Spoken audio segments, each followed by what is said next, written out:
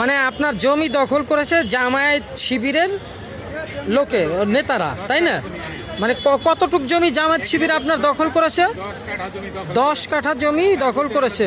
মানে এই যে আপনার প্রমাণাদিও আছে, তাই না? এখন কথা হলো যে জামায়াত শিবির যে আপনার জমি দখল করেছে, আমি লেখা দেখছি এর প্রতিকার হিসেবে হয়তো আপনি প্রধানমন্ত্রী বরাবর একটা প্রতিকার চেয়েছিলেন। প্রধানমন্ত্রী জনাব তারেক রহমান ফোনও করেছিলেন। ফোন করার পরেও আপনার জমি এখনো উদ্ধার করে দেয়নি। তো ফোনটা কাকে করেছিল প্রধানমন্ত্রী? আমাদের এলাকার এমপি। এই যে উনি এমপি, অর্থাৎ ওনাকে ফোন করেছিল। পরের দিন গাড়ি পাঠায় নিয়ে আসে আমার গাজীপুর থেকে নিয়ে, কারণ আমি চলতে পারি না। আমি তারেক আমাকে সরাসরি বলছে আমি চলাফেরা করতে পারি না। বাসে যদি আমার কেউ উঠা দেয় তাহলে উঠা বসতে পারি, নাহলে আমি উঠতে পারি। এছাড়া আমার চলাচলের কোনো মাধ্যম নেই, কারণ এটাই হলো সস্তা সহজভাবে। এর জন্য আমি বাসে চলাচল করি। আমি ওনার পর্যন্ত জানাইছি যে তারেক রহমানের সাথে আমি ছোটবেলায় একসাথে বড় হয়েছি। আমরা ঢাকা ক্যান্টনমেন্টে একই সাথে ছিলাম, পাশাপাশি। উনি জানে যে আমি চলাফেরা করতে পারি। এর জন্য রনিকে বলছে তুমি ডাইরেক্ট ওনাকে গাড়ি দিয়ে নিয়ে আসবা।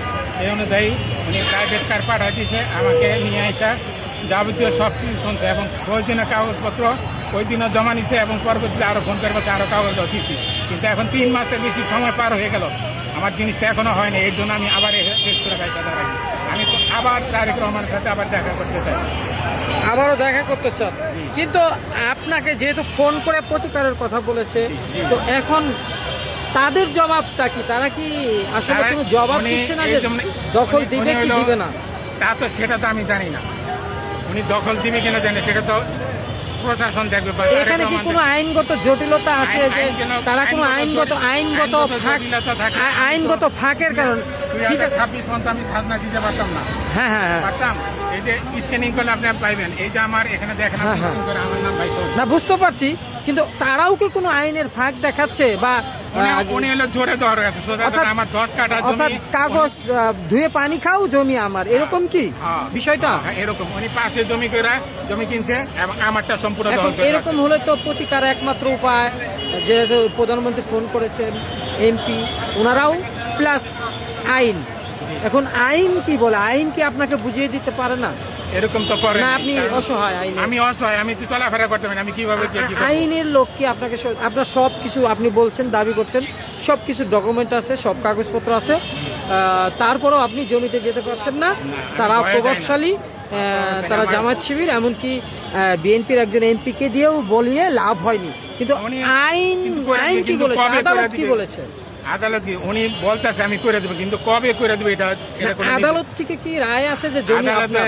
হ্যাঁ, আদালতের রায় না থাকলে আমি এই যে খাজনা কেমন দেবো আপনাকে? অনেক ক্ষেত্রে আছে কি খাজনা দেওয়া যায়, খারিজও করা যায়, কিন্তু হ্যাঁ ঠিক আছে, নানা কারণে নানা ধরনের কাগজ, যেমন ধরেন আপনি খাজনা দিচ্ছেন, সব দিচ্ছেন, কিন্তু পিটিশন, তারপর হাইকোর্টের যে অর্ডার থাকে, নিষেধাজ্ঞা থাকে, এই ধরনের কোনো কিছু আছে কিনা জমির উপরে? না, এই ধরনের কোনো কিছু নেই। উনি জোরে দেওয়া রাখা। অর্থাৎ হাইকোর্ট, জজ কোর্ট বা ভূমি অফিসের কোনো নির্দেশনা নাই, একমাত্র জমির অধিকারী কাগজপত্র অনুযায়ী আপনার, তাদের কাগজপত্র কিছু নাই, আইনগত দিকেরও কোনো ভিত্তি নাই, শুধু সে জমিটা দখল করে রাখছে। এটাই কি? এটাই জোর করে দখল করে রাখছে আমার জমি। এটাই। এরকম হলে তো স্থানীয়ভাবেও অনেক প্রতিকার পাওয়া সম্ভব যদি লিগ্যাল হয়ে থাকে। তো কেন আপনাকে স্থানীয়রা, এমনকি এমপি, প্রধানমন্ত্রীর নির্দেশনা পাওয়ার পরেও সহযোগিতা করছে না? কেন মনে করছে? আমি বলতে পারি না সে কেন করে দিতেছেন, আমি জানি না, কিন্তু আশ্বাস দিতে করবে, কিন্তু কবে করবে জানি না। এখন ইদানিং ফোন করলেও ধরে না। দর্শক, জনমুক্তি আন্দোলনের মাধ্যমে আপনারা দেখলেন যে আসলে বিষয়টা যদি, ওনার অভিযোগটা যদি সত্যি হয়ে থাকে, তাহলে ব্যাপারটা খুবই দুঃখজনক তো বটেই, এমনকি দেশের জন্য একটা আশঙ্কাজনক। কেননা যদি প্রভাব প্রতিপত্তি, রাজনীতি এমনটা হয়, বা গণতন্ত্রের আইন যদি এমনটা হয়, রাজনীতি যদি এমনটা হয়, তাহলে তো খুব খারাপ। কারণ জনমুক্তি আন্দোলন দেখেছে যে গণতন্ত্র, রাজনীতি এবং রাজনৈতিক দলগুলো অর্থশ্রেণী, চরিত্র বিচারে একই। একটা খারাপ দিক আছে, ভালো দিক বলতে জনগণকে কোনো সেবা দিতে পারে না গণতন্ত্র, রাজনীতি ও রাজনৈতিক দল।